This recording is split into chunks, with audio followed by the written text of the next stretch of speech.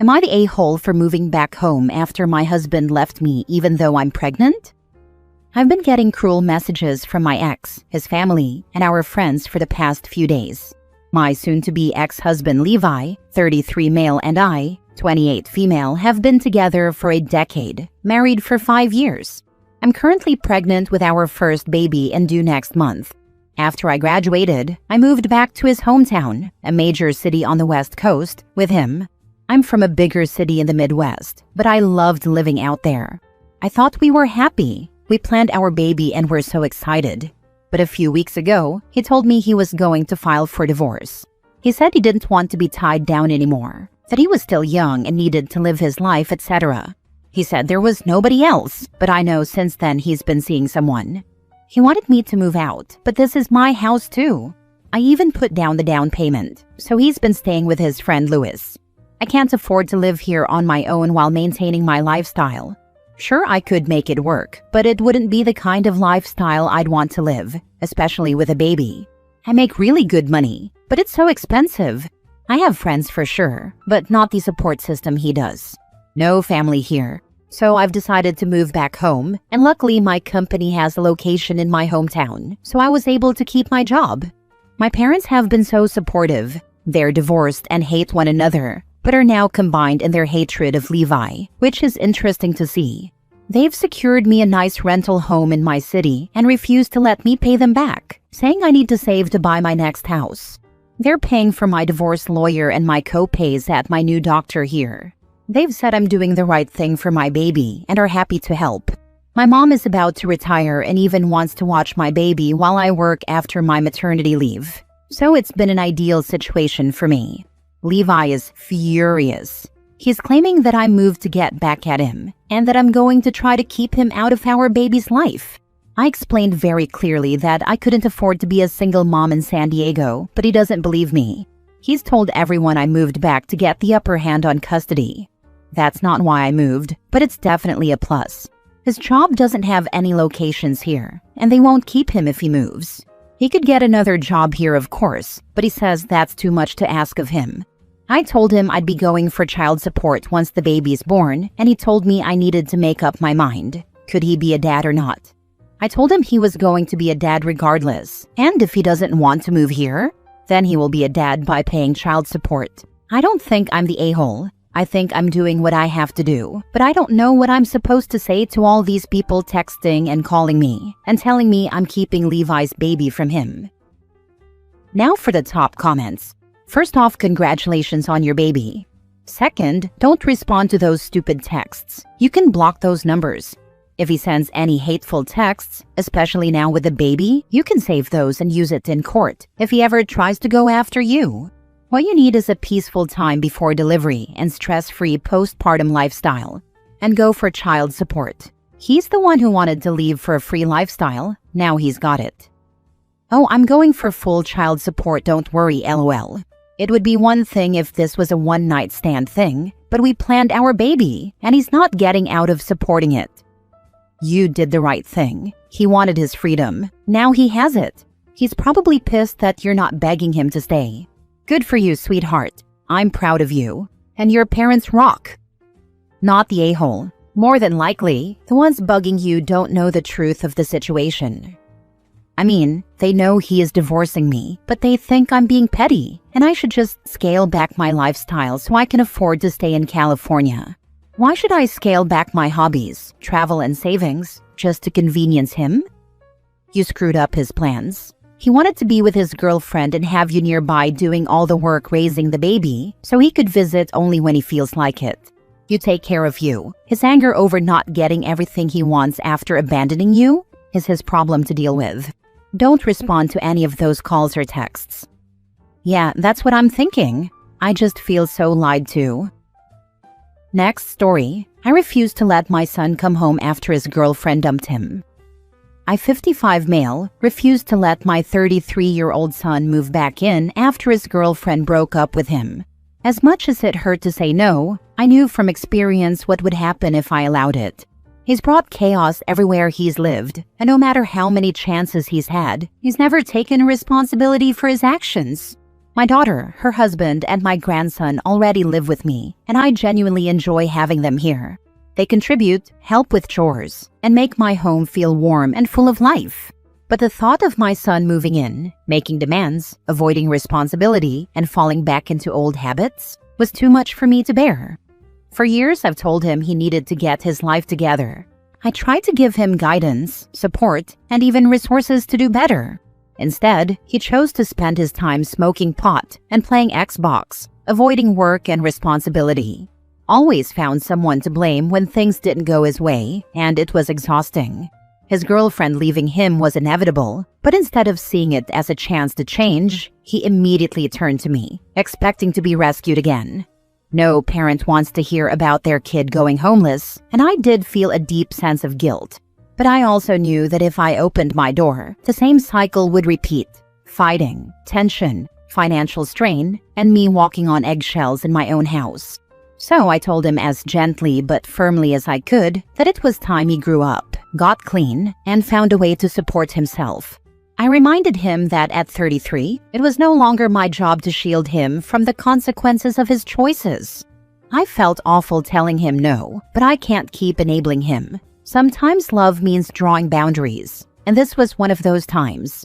He no longer speaks to me, and while that stings, I'll admit I have zero problems with the peace that has come without his chaos. To his credit, he did eventually find a job and a place to stay, which honestly gave me some relief. Still, I often wonder if I was an a-hole for not stepping in when he needed me. Edit. I want to be clear that I love my son deeply. He was my oldest and my constant companion for years. But when he started high school, everything changed, and I've been trying to reach the boy I once knew ever since. Not the a-hole. The time had to come where you put yourself first, but you didn't actually do that. You didn't put your daughter and her husband first either. You put your grandson first. You didn't want your son to influence him. You protected him. That was clearly a hard choice for you, but you know that it was the right choice. Your son has benefited from your decision. He has a job, and as a result of that, he has a home.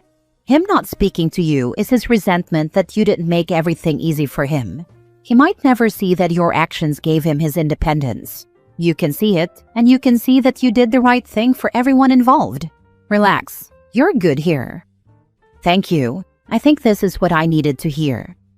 My mom stopped letting her addict son stay over when she ended up with custody of his toddler. Before that, he was in and out a lot, but it was neither safe or healthy for him to be around. He had supervised visits and didn't really show up ever, even though he just had to call his mom and say he wanted to see his kid. For what it's worth, he did understand ultimately that his mom had made the right call, because it's the same one he knows he would have made too now that he's clean. I'm sure you'll never understand why your daughter and family are so welcome. They've been here for 8 years and came when I needed help and they needed help, and it worked out great for all of us. I was a free babysitter. He's my grandson and I never really considered it babysitting. And they helped around the house and relieved me of some financial stress I was going through. I am in such a better place financially now and have slowly been taking bills back from them. He would have never contributed anything but misery. Even with all that being said, your comment is 100% correct.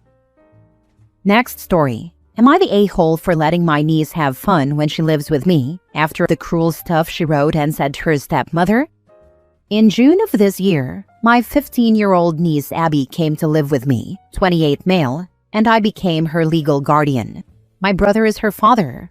Abby's mom died when she was 9, and my brother remarried when she was 11. Abby was never very happy about my brother's remarriage or my sister-in-law. It was clear to everyone, and mostly she just ignored her stepmother. But there were outbursts here and there when her stepmother tried to parent her. Sister-in-law's birthday is in May, and my brother threw her a family party birthday dinner. Abby was asked to write her a card and give it to her with a gift my brother bought for sister-in-law on Abby's behalf. I can't remember word for word what Abby wrote and said, but to summarize, she told sister-in-law she hated her, that she never wanted her to marry her dad, and that she wasn't as good as her mom. She called sister-in-law ugly, said her mom was prettier, and that her mom was a better cook than sister-in-law. She brought up compliments her mom used to get on her cooking. She said a million sisters-in-law would not be worth even half of her mom. She said she was glad sister-in-law and my brother could not have kids, and that she hoped every day that sister-in-law would never get to stay pregnant. There were also insults about sister-in-law's sense of style and how ugly the things were that she brought into the house. She called sister-in-law an outsider, brought up her mom being the love of my brother's life and not sister-in-law, and she mentioned several times that she would never love her, accept her, or want her around, and how happy she'd be if they divorced. There were attempts made to stop Abby, but she told her dad she'd finish since she was forced to give sister-in-law anything at all. Then my brother tried making her apologize. He put her on a waiting list for therapy and punished her, tried talking to her, and tried using therapy books to get an apology or regret out of her. But when nothing came in the first month, he said someone else needed to take her in because sister-in-law being around Abby was not good after all the things she said. My significant other and I offered, as long as guardianship was given to us if this was more than a week or two deal, which it was always planned to be. Since moving in with us, Abby has started therapy. She hasn't apologized or expressed regret. She has not wanted to see sister-in-law and has actually said she's happy to no longer live with her. She has seen my brother 1 to 2 times most weeks. Now he's grumbling that Abby isn't restricted from having fun and living her life, that we let her spend time with friends, go to the movies, and do other things teens want to do. He told me she should be on full grounding until she apologizes, and especially now that she got her way and isn't around sister-in-law anymore. He said he felt it was a given, and I told him he said nothing about that, only that she needed to be in therapy, and she is. And I told him the therapist said she could be grounded for 20 years, if that were even possible, and it still wouldn't get him what he wants. He said she doesn't deserve to have a fun life, and that I should agree with that. Am I the a-hole? He said she doesn't deserve to have a fun life and I should agree with that. Wow, that is his daughter he's talking about. His daughter. The fact that he steamrolled his new wife into the family and tried to make a new instant family is ridiculous. He deserves everything that happens in his miserable life. His daughter, on the other hand, is receiving appropriate support to help her deal with her mother's passing and the complex emotions she's experiencing. You and your wife are not the a-hole. In fact, you are as not the a-hole as it's possible to be. Bro can kick rocks, pound sand, or whatever other phrase you want to use to tell him to F off. When asked about writing the card, did she say no and was pressured into doing it anyway? Or did she say yes knowing well what she was doing? She said no at least 5 times to writing the card. My brother told her it wasn't optional. Not the a-hole. First, you're now her parent, so in the end, it really doesn't matter what your brother thinks should be done. Second, as the therapist is indicating, you can't punish her into liking his wife. Certainly there was behavior on your niece's part that was wrong, but simply failing to like her stepmother is not one of them. In fact, it's important to distinguish between how she feels towards someone else and how she's treating someone else. Zooming out, I suspect that your brother moved on in his relationship with his wife way too quickly. These issues should have been addressed earlier on. My brother believed everything would come together in time, and he did not want to hear anything else. I tried twice before the wedding, and he was not receptive. Last story. Am I the a-hole for not caring that my ex-husband is dead? My ex-husband and I separated 3 years ago and have 4 children together. We split after he cheated with a co-worker while I was having brain aneurysm surgery. Both marriages split, and they moved to the other side of the country where he ignored our children and didn't bother to pay child support. On or about the 3rd anniversary of us leaving, he offed himself. His affair partner, now wife, didn't even bother to let us know, and it was over a week before we heard. Even though he was a crappy husband and father, I feel so guilty that I am not sad and only think of him as a freaking coward. His parents told our oldest that he couldn't take being away from you and your brothers anymore, and then bluntly told her his manner of suicide when she was trying to find out what happened. We were originally told a different cause of death from rumors my family heard in our hometown, and they didn't tell us what happened beforehand. Am I the a-hole for not caring about his death and just being mad at him and his family? Not the a-hole. He did you and your kids dirty. You'd be the a-hole if you started dancing or encouraged your kids to celebrate his death. But on the bright side, his death means your kids should be eligible for Social Security death benefits, so you guys will be better off financially. But screw your mother-in-law for telling your kids their daddy offed himself because he missed them. BS. If he missed them, he doubtlessly knew your number to call them. His mommy probably would have pulled the money out of her butt or somehow found a way to get her boy back home if he really wanted it. He offed himself because of his own reasons. To even vaguely suggest it was over the kids makes her absolute trash. Not in the US, so I just miss out on the child support he sometimes paid, hoping I might recover some of the thousands he was behind through probate. Also, please be sure to consider additional therapy for your kids, particularly the one who heard that lie straight from the jerk mother's mouth. Not the a-hole, and it sounds like grandma and grandpa might not need to see them anymore either. I was already no contact because they reject my sons for being disabled and only want to see my daughter because she is normal. They openly admit this. I tried to facilitate a relationship between them when their dad didn't bother but had to protect my kids.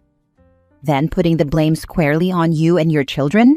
I feel like it was probably mother-in-law's intention to blame you, since I imagine it was said in your face from the way the story was told. It was sent by father-in-law in a message to my oldest, which ended, "Go ask your mother." We didn't have confirmation from anything but rumors in our shared hometown before, and had been told a different cause of death. Edit to add, not in the USA, in Australia. Older sons have fortnightly telehealth psychology sessions already due to disabilities. I'm trying to find a face-to-face psychologist for the 6-year-old, and my daughter, eldest, has agreed to grief counseling. Between the comments from her grandfather and stepbrother, she is having a rough time. Thanks to everyone who has taken the time to reassure me, it has meant a lot. I guess I never really expected to not cry over him.